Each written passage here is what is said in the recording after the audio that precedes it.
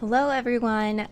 Today I wanted to do something a little bit differently. Wait, before we get started, I just wanted to take this time before we start to say thank you so much for your likes, the subscribes, and your comments. It actually does lift my spirit up. Every single time I post a video, I start thinking how stupid it is, or how the sound is wrong, the color is wrong, the outfits are ugly, like everything is stupid. So it's been a challenge. I just wanted to say thank you guys so much. I'm really grateful for all the support. Briefly, before we get started, I know I've been spewing out a shit ton of outfits and looks, and it absolutely is not to make you guys want to shop.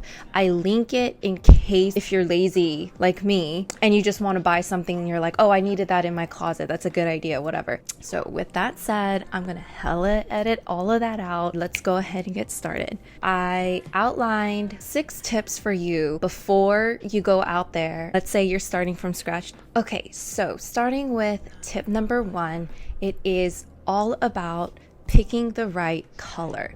You don't need all the colors in your closet. You don't need to be a colorful person. It doesn't matter if it's summer or spring. I would suggest investing in colors that are right for you. What that means is, aside from black and white, which I think looks good on everybody, I pick out colors. I gravitate toward brown, orange, and yellow because of my skin tone. I don't want to look more yellow or green or washed out. So I find that those colors, yellow, orange, and brown, really makes me look brighter, more golden. I don't know. Why does that feel douchey to say? And I don't have a lot of pink undertones, and I wish I did, because then it looks like there's blood rushing in my freaking otherwise lifeless looking body. So I want things to make me look more pinkish and reddish. Colors that I avoid is red, purple, and bright blues, and I will show you a side-by-side comparison. So with this red Aritzia dress, I like it. I got it anyways, even though it's not the most complimentary to me. I love the style of this dress, and sometimes you gotta break your own rules. This is a fucking useless video, is it not? Whatever. But I wanted to show you this dress as compared to this orange wrap dress that I have on from And Other Stories. It's gonna make me look brighter. It just flows better with my overall look. And then example of a dress that washes me out is this wrap dress from Faithful the brand, and it's so close to my skin tone that every time I put this dress on, I start licking my lips because I'm trying to get more color. Like all the red and the pinks just flush out, and I just want to pound on my blush and my lipstick because it just drains all the color out and I look like a dead person. So those are the 2 comparisons. Tip number 2 is dressing for your body shape and your silhouette. But just as an overview, for me, I have a short torso, like it's literally this big, and short legs. I'm 5'2.5". One time they measured me at 5'3", and so I feel like a douche saying that I'm 5'3". And then on top of that, because of my short torso, I don't have hips, I don't have shape. So I like to wear things that give me as much of an hourglass figure as possible. And the other struggle I have is I do have, how do I say this, knowing my mom and my brothers watch this. On top of that, I'm not an A cup size. So because of that, I have always hid my upper body. That's why I like loose t-shirts, because of my short torso, and then because of the volume of my chest. It makes me feel and sometimes look fat. Not fat, is that not politically correct to say? It makes me feel unproportional to the rest of my body. I don't want to look like a freaking apple with 2 little walking on chopsticks. Like, that is the way I view my body on my worst day. So to counteract that, I like to wear things that are a little bit plunging, like a V-neck or a scoop neck, to really elongate my neck. That is the key with big boobs. You gotta elongate your neck. You have to wear things that are going to draw the eyeline down to make just your neck look taller and to look taller. Because of my short torso, I'm always wearing wrap tops or wrap dresses. For example, I have these 2 wrap tops from Reformation that I love to wear. A lot of my dresses are wrap dresses or fit and flare styles, which means they always hit at the highest point of my waist and they kind of just go down. They don't flare out, they just go down, go straight down. I have a dress that flares out and I just suck it up. I like the dress so much that I'll just wear it regardless. And then a couple of the dresses I avidly avoid is the baby doll silhouette, although I do have some in my closet that I will show you. And I wanted to show you this baby doll silhouette maxi dress from Zara as compared to just this straight slip dress from Zara as well. As you can see, I feel for me, the baby doll, it looks like, I don't know how else to say this, but it's like fleshy on top. Like it's just more, chubs. Okay, wait, I don't know. I can't think right now. It's just not flattering on top, okay? As compared to the straight style, it's sleek, it's flowy, but it's body skimming. So it gives you this long, lean silhouette that I like. As compared to the fit and flare dress, it's giving me shape, it's giving me an hourglass figure, and it makes me look tall because of the midi length. I forget which dress I'm about to compare, but yeah, you can see the differences in the silhouettes and how to dress for your body type. Okay, so in conclusion, figuring out your silhouette, I think that really just comes through a lot of trial and error. If you are on the shorter side, like me, one YouTuber I highly recommend is Dearly Bethany. When I found her, I binged her videos and I learned so much about looking taller and leaner. A lot of the rules and tips that she has, like I have learned to follow. So that's a really good suggestion that I would give to you. Okay, the third piece of advice that I would give you if you're starting your closet would be to pick what you like and what you feel comfortable in. Fun story, I don't know if I'm going to keep this in. When I discovered YouTube, there's this one particular YouTuber, Ashley Brooke, and she just blew my mind. Her style is amazing, but I think it also helps that she's just freaking beautiful. She has like a perfect face, perfect body, perfect hair. Everything is perfect about her. And I was just mesmerized. And I copied one of her exact outfits. The whole day I felt like a freaking idiot because it felt so uncomfortable. I was constantly readjusting my dress, the boots. My mind was preoccupied on what I was wearing that day. And that is never a good feeling. That is a telltale sign you took a risk and it is not paying off. That is why if you're starting your closet, I would suggest looking at what you already have or think about what you already wear. So for me, I'm a student. At 31, I'm a student. That means I'm wearing jeans and t-shirts all the freaking time. That's where I feel comfortable in. That is where I'm not going to be thinking about readjusting this or that. And so when I feel really like I want to dress up, that's when I'll throw on like a fun top. And even then I'll follow the silhouette rules and I'll follow the color rules. So t-shirts and tanks, I have a million of them because I know I'm going to wear all of them. And when I find a good t-shirt or a tank silhouette that is just like the perfect material, the perfect fit, I will buy a couple of them in different colors in duplicates. I learned that the hard way because Banana Republic released this amazing freaking cotton tank top like 3 years ago, and it's just like perfect, and I'll show it to you. I've been waiting every season, every year for them to come out with it or someone to come out with something similar to it, and they haven't. Because of my short torso and my short body, because I'm obsessed with creating a shape, I wear high-rise anything and everything. All but like 2 of my jeans are high rises, and I'll show you guys the difference between a low rise on my body, a mid rise, and a high rise. High rises will just elongate my legs. They'll give me some more shape. It works for me. And because of that, it works for me. The way that I create diversity in my closet is to buy high rise skinny jeans, high rise mom jeans, high rise boyfriend jeans, high rise skirts, high rise shorts, literally high rise. And there's nothing wrong with sticking to something that that works for you. Find the silhouette that works for you and then diversify in different washes, styles in that rise, I guess you could say. I want to end with another YouTuber suggestion, YouTuber Alyssa Beltempo. She has such classy and sophisticated style that you could take elements from her and incorporate into your wardrobe. And she talks a lot about shopping your own closet, thrifting, really great sustainable tips. And another YouTuber that you probably know is Emma Hill.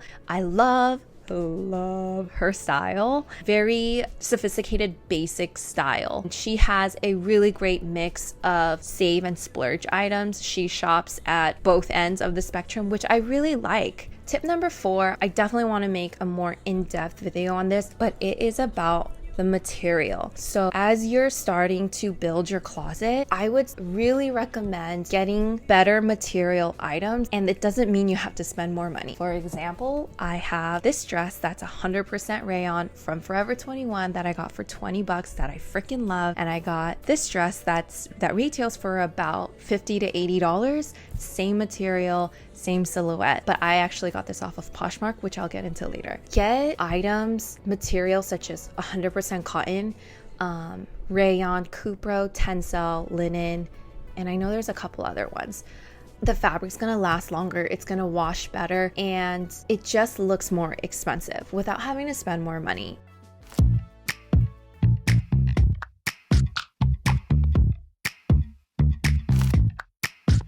I was kissing you with my eyes open, but you said keep them closed and be in the moment. So I did my best to make you feel wanted. But what about what I want? What about what I want? And what I wanted was to crash with my dumb friends on the weekend instead of watching a movie. But you wanted me to be what you need instead of being me. Oh, and that's how I knew it. I guess I never loved you like I love me. I guess I never loved you, and that's okay with me. Especially t-shirts, jeans, and tank tops are your basics. There's a siren and you're going to be able to hear that. Ew. So especially with your jeans, they're just gonna last longer, and the more you wash it over time, it gets softer. The great thing about that is most fast fashion brands, Zara, Abercrombie, Banana Republic, most of their jeans are 99 to 100% cotton, which is awesome. Levi's is 100% cotton, and those are tried and true jeans from probably the dawn of time. Things to avoid would be polyester, acrylic, and surprisingly, I just learned this, satin. It's because satin kind of looks cheap, I guess, but it also snags a lot, and I do find that happens to me. And so for me, when I'm looking for sweaters or dresses, especially sweaters, a lot of sweaters will be 50 to 90% polyester. I will just exit out of the box immediately. Like, I don't want it. And if there's even like a little bit of acrylic, I don't buy it because I just don't like the way it looks. I don't like the way it looks after you wash it too. I think I have obviously some items that have polyester, like in the pants or my coats, but it's a very small percentage. Although I think my Uniqlo wide leg pants have a lot of polyester percentage in it. It was such the perfect silhouette that I wanted, and it was cheap. I was like, I'm just gonna dedicate myself in taking really good care of these pants when I wash it. And in conclusion, for number 4, finding the right materials, I would suggest looking up YouTuber Audrey Coyne. First of all, I think she was an opera singer, so she has a very pleasant speaking voice, unlike mine. Okay, God, that was stupid. I think she was in the fashion industry. She just seems really knowledgeable and actually educated in fashion. And she's the one that taught me about how to pick out expensive looking materials. The other YouTuber that I freaking love is Fashion Style and Edit. She's coming from the fashion industry, and she also is a smart shopper, trendy, but also very classic. She's also very freaking beautiful, and I love her stupid face. The 5th tip would be thrifting and shopping off of Poshmark. I'm going to show you all of these items that I got off of Poshmark. There are things I would legitimately have bought. Well, obviously, because I bought it. For example, this and Other Stories dress, I believe I got for like $30.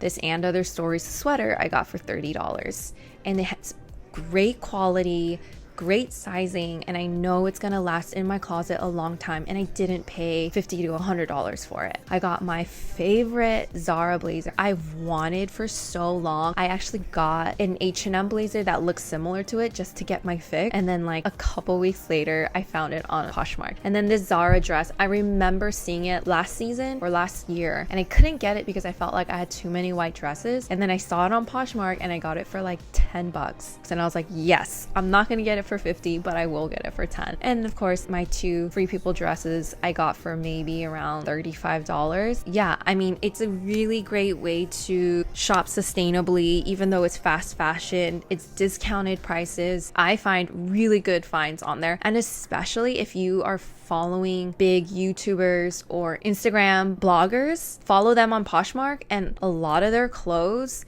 are brand new because they get it for free, and they'll just sell it on Poshmark, and you know it's brand new, it's good quality, and their things go fast. That is my tip number 5. For number 5, I would suggest, you probably have heard of her, Best Dressed Ashley. Not only is she super freaking funny, she also has this great thrifting series where she teaches you how to thrift and gives you really good advice. She also sews and tailors her own clothes and styles it into ways that she would wear them, and I found so much inspiration in that. Go watch her videos on that. And my last tip is how to shop for trends. So let's say you've curated your perfect closet. Boom, I'm proud of you, my friend. The last thing is you don't have to give up on trends. One of my favorite things to do is I like looking at a girl and being like, I know exactly where you got all of those pieces head to toe.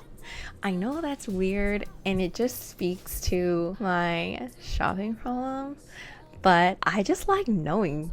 So anyways, I'm like actually embarrassed. Anyways, shopping for trends. Okay, aside from my t-shirts and tank tops and the dresses that I know I'm gonna like, the way that I shop for trends is, for example, the milkmaid top and dress trend. I knew I liked it, but I started with one top from Target. Immediately, I knew, okay, this is flattering on me. I love the sweetheart neckline. I like the puff sleeves. And I started from there with a very simple $20 top. Because I was like, I know I like it, that's when I started looking into other brands. From the first top, I was like, okay, this is what I like about the bust. This is what I like about the sleeves. This is the colors. And with the tools that I just gave you, I started hunting. And by hunting, I mean hunting. Every morning, scrolling through numerous websites for the perfect top. After purchasing and returning a couple different tops, I settled on this Aster the Label top because I knew I wanted something in white, cap sleeve, sweetheart, but corset looking detail in the top. And then from there, I realized I'm obsessed with the corset looking top, and I knew I was gonna wear it. I knew I was gonna wear it to a wedding or for a special event. I knew I just needed it in my closet. I decided to invest in the Reformation top. Otherwise, guys, I would never, ever get a top like this unless I knew I was going to wear it on multiple occasions. So in conclusion, how to shop for trends, I would say try on one top, and if you like it, really nail what you like about it before you spend more money into a more expensive or better quality top, to be honest. The number one YouTuber that I follow for trends is Ashley Brooke. Okay, I think I already mentioned that she's really pretty, right? She's really pretty. She's really fun. She's really just freaking cool. Like, I wish I was cool and effortless like her. She is so brilliant in taking these weird pieces and making them wearable and making it look cool, effortless, and just style. So yeah, Ashley Brooke, go look her up. She's freaking amazing. Okay, and that's it, you guys. I hope you enjoyed these 6 random tips that I could think of on how to start your wardrobe. I will dedicate separate videos going more in depth with each of these tips. I hope you found this helpful. Thank you so much for watching. I will see you guys next time. Bye.